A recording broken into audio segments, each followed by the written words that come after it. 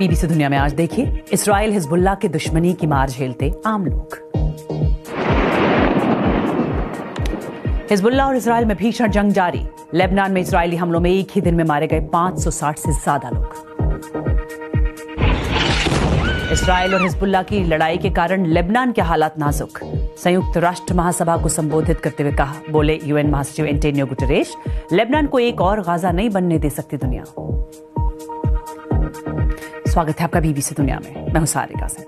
कितनी तबाही मचा रही है इस्राइल और हिजबुल्लाह की लड़ाई, दिखाएंगे कवर स्टोरी में, लेकिन पहले हेडलाइंस।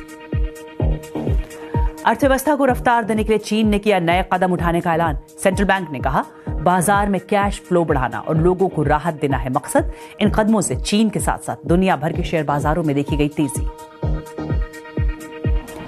समलैंगिक विवाह को कानूनी वैधता देने वाला दक्षिण पूर्व एशिया का पहला देश बना थाईलैंड। जून में संसद में पारित हुए विधेयक को थाईलैंड के राजा ने दी मंजूरी। उत्तरी म्यांमार में सेना और विद्रोहियों के बीच फिर तेज हुआ संघर्ष। चीन क्यों कर रहा है यहां संघर्ष विराम की कोशिश, दिखाएंगे म्यांमार की सीमा से लगते चीन के एक शहर से खास रिपोर्ट। गाजा में जंग शुरू हुए 1 साल होने को है और दुनिया भर की कोशिशों के बावजूद इजराइल और हमास युद्ध विराम पर राजी नहीं हो पाए। मगर अब इजराइल और हिजबुल्लाह के बीच लड़ाई शुरू हो चुकी है। अब इसे भी रोकने की बात हो रही है, लेकिन सवाल बरकरार है, क्या कोई ऐसा तरीका है जिससे संघर्ष को रोका जा सकता है? कवर स्टोरी में इसी की बात।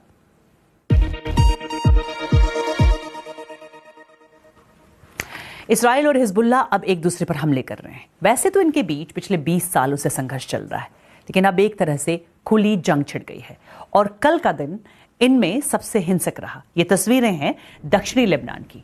आईडीएफ का कहना है कि वो हिजबुल्लाह के ठिकानों को निशाना बना रहा है। लेबनान के स्वास्थ्य मंत्रालय ने कहा है कि पिछले 2 दिनों की लड़ाई में 560 लोग मारे गए हैं, जिनमें कई बच्चे और महिलाएं शामिल हैं। उधर हिजबुल्लाह ने कहा है कि उसने उत्तरी इजराइल में मौजूद दर्जनों सैन्य ठिकानों पर रॉकेट हमला किया है। इस्राएली सेना ने कहा है कि इन रॉकेट्स में से कुछ को इजरायली एयर डिफेंस ने तबाह कर दिया है, पर इमारतों को नुकसान पहुंचा है। विश्व स्वास्थ्य संगठन ने कहा है कि इजरायली हमलों से घायल हुए हजारों लोगों के अस्पतालों में भर्ती होने से अस्पतालों पर दबाव बढ़ा है। और दुनिया भर के नेता ये कोशिश कर रहे हैं कि मध्य पूर्व में इस बढ़ते तनाव को जल्द से जल्द कैसे कम किया जाए। देखिए बीबीसी संवाददाता अरुणा अयंगर की रिपोर्ट। इस्राइल ने कहा है कि उसने कल लेबनान में हिजबुल्लाह के करीब 1300 ठिकानों को निशाना बनाया है। हिजबुल्लाह के हथियारों के गोदाम के पास रहने वालों को चेतावनी और फोन मैसेजेस के जरिए इलाके को छोड़ने के लिए कहा गया है। और इस्राएली प्रधानमंत्री ने ये कहा, Don't let Hezbollah endanger your lives and the lives of your loved ones. Don't let Hezbollah endanger Lebanon. Please get out of harm's way now. 10,000 लोग उत्तर में बेरूत की ओर जा रहे हैं और बंदरगाह वाले शहर साइडन में लोगों को जो कुछ मिला उसी पर सवार होकर सुरक्षित इलाकों की ओर चल पड़े। स्कूल ने अपने दरवाजे खोलकर परिवारों को शरण दी है। इस महिला ने कहा कि हमला ठीक उनके घर के बगल में हुआ और पूरी इमारत हिल रही थी। उन्होंने कहा, इसी वजह से हम लोग घर छोड़कर यहाँ आए हैं और बताया गया है कि ये जगह सुरक्षित है। हिजबुल्लाह, जिसे ब्रितानी सरकार एक आतंकी संगठन मानती है, उसने भी जवाबी हमला किया। उत्तरी इस्राइल में डेविड को अपने घर की छत पर हुए रॉकेट हमले से बचने के लिए कुछ ही सेकंड्स मिल पाए। उन्होंने कहा कि इस्राइल ये जंग नहीं चाहता था। हमारी उनसे जंग नहीं है, उन्होंने बिना वजह इसे शुरू किया, इसलिए हम जवाब दे रहे हैं। पूरे उत्तरी इस्राइल में सायरनों की आवाज गूंजी और रॉकेट गिरे। बीती रात को उत्तरी इस्राइल के हाइफा में मिसाइलों को मार गिराया गया। इस्राइल ने माना कि लेबनान में हताहतों की संख्या काफी ज्यादा है। इस्राइल का कहना है कि हिजबुल्लाह ने लोगों के घरों में हथियार छिपाए हुए थे और ऐसी जगहों पर बड़े सटीक हमले किए गए। आप देख सकते हैं कि रॉकेट्स एक हाइड्रोलिक सिस्टम में स्टोर किए गए थे और इन्हें छत पर बने एक मुहाने से उत्तरी इस्राइल के रिहायशी इलाकों की ओर लॉन्च किया जाना था। और इस छत के नीचे एक परिवार रहता है जो हिजबुल्लाह के लिए एक ह्यूमन शील्ड की तरह काम करता है।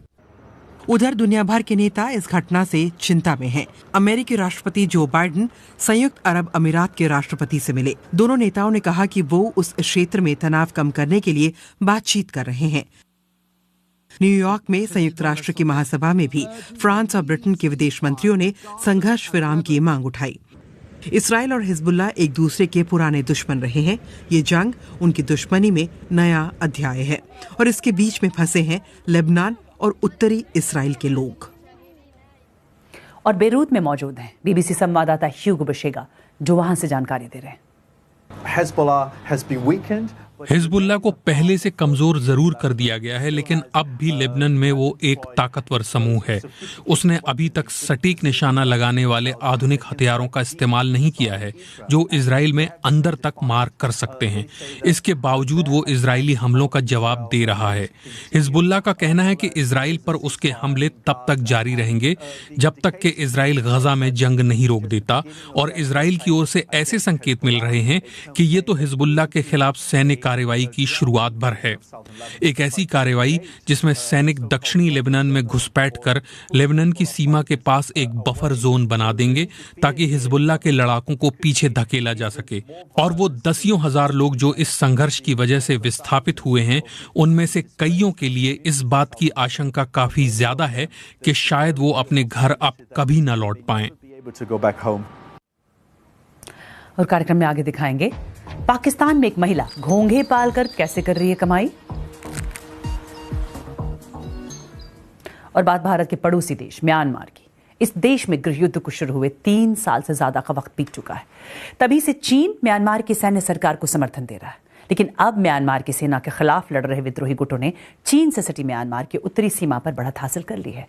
विश्लेषकों का कहना है कि म्यांमार में शांति स्थापित करने में चीन का बड़ा योगदान हो सकता है। बीबीसी संवाददाता लॉरा बेकर को चीन के एक शहर जाने का मौका मिला जो म्यांमार और चीन की सीमा पर मौजूद है। देखिए उनकी ये रिपोर्ट।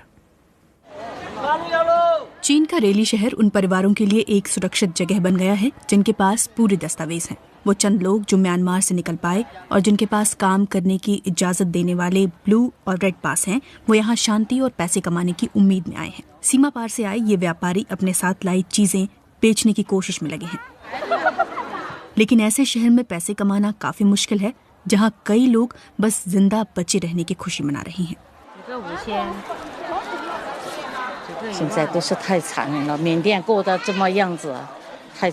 म्यांमार में जो कुछ हो रहा है वो बहुत ही अमानवीय है। मुझे नहीं पता हालात कब सुधरेंगे। मैं उम्मीद करती हूँ कि कुछ समझदार लोग वहाँ लड़ाई लड़ रहे पक्षों से लड़ाई बंद करने को कहें ताकि आम लोग कम परेशान हों। नहीं तो ये हमारे लिए काफी दर्दनाक होगा। आप जानते हैं कि अस्पतालों पर बम गिराए गए, लोग मारे गए, जिनमें गर्भवती महिलाएं भी शामिल हैं।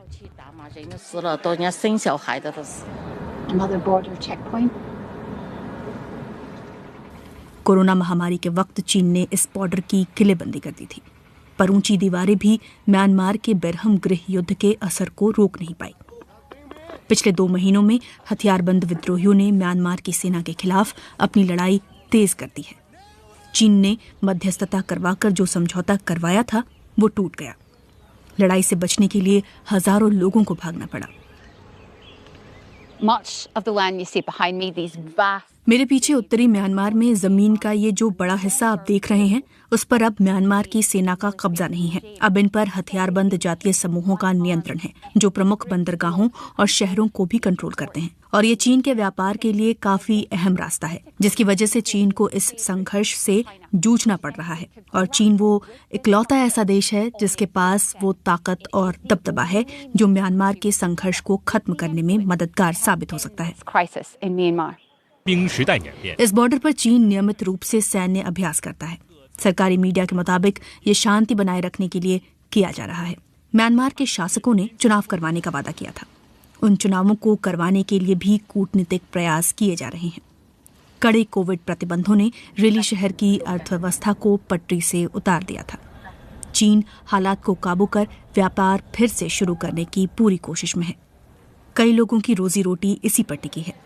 कार के पुर्जे और कपड़े बनाने की लंबी शिफ्ट के बाद म्यांमार के कामगार थोड़ा आराम कर रहे हैं। इन्हें सस्ते मजदूरों के रूप में चीन की फैक्ट्रियों में काम करने के लिए म्यांमार से लाया गया है।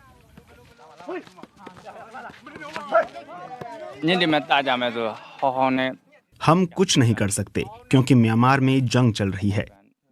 सब कुछ बहुत महंगा है। हर तरफ लड़ाई छिड़ी हुई है और लड़ाई की वजह से ही सबको काम करना पड़ रहा है।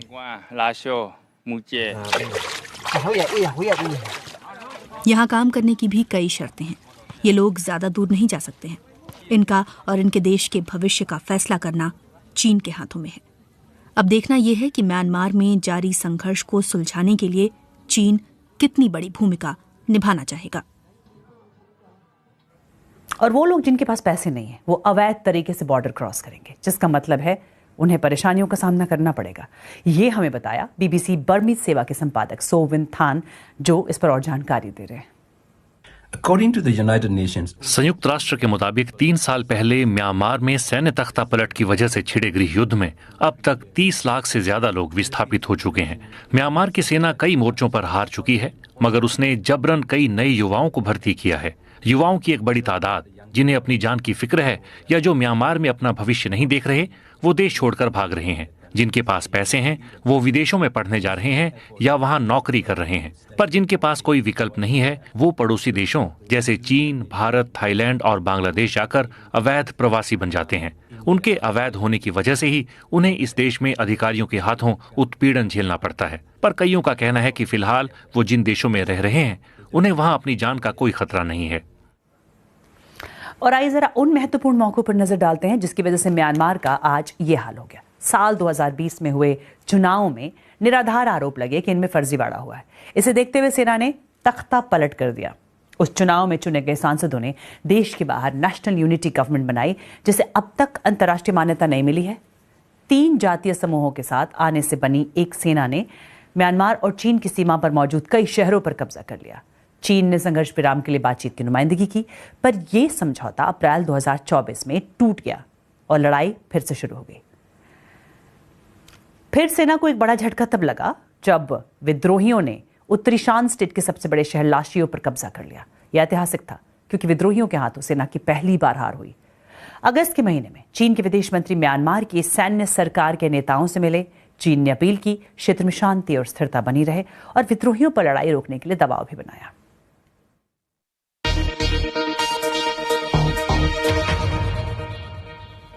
और बात पाकिस्तान की एक महिला की जो घोंघे की फार्मिंग कर और फिर उसे कॉस्मेटिक बनाकर बड़ी कमाई कर रही हैं।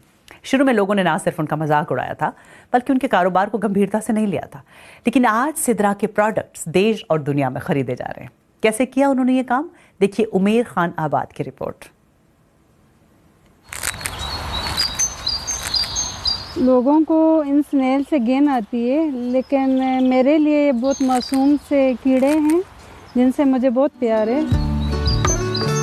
मेरा नाम सिद्रा सजाद है और मेरा ताल्लुक मंसरा के एक गांव से है। मैंने 2019 में अपना एक स्किन केयर ब्रांड शुरू किया था। इसी दौरान मैंने एक आर्टिकल पढ़ा और उसमें मैंने स्नेल स्लाइम और स्नेल से निकलने वाले स्लाइम के बारे में मैंने जाना। फिर मैंने प्रॉपरली पाकिस्तान में पहली बार 2021 में मैंने स्नेल फार्मिंग का आगाज़ किया अपने वालिद साहब के तावन के साथ। हम लोग एक तरह का सोल्यूशन तैयार करते हैं जिसकी मदद से हम लोग स्लाइम एक्सट्रैक्ट करते हैं। हम लोग जो है करीबन 12 से 15 किलो स्नेल में से 1 किलो स्लाइम एक्सट्रैक्ट करते हैं और फिर इनको फार्म में छोड़ दिया जाता है अच्छी खुराक के साथ। फिर करीबन 1 से 1.5 महीने के बाद दोबारा इसमें से एक्सट्रैक्ट किया जाता है। वहाँ पे ये महफूज ही होती हैं। हम लोग स्नेल स्लाइम एक्सट्रैक्ट करते हैं, उसके बाद इसको लैब में लेके जाया जाता है जहाँ पे इसको फ़िल्टर किया जाता है। यूवी लाइट से गुजार के इसका बैक्टीरिया जो है वो उसको ख़त्म किया जाता है। उसके बाद इसको महफूज कर लेते हैं। फिर जो कंपनीज हमसे ऑर्डर किया वो होता है वो रॉ फार्म में लेते हैं, तो हम लोग उसको पैक करके भिजवा देते हैं।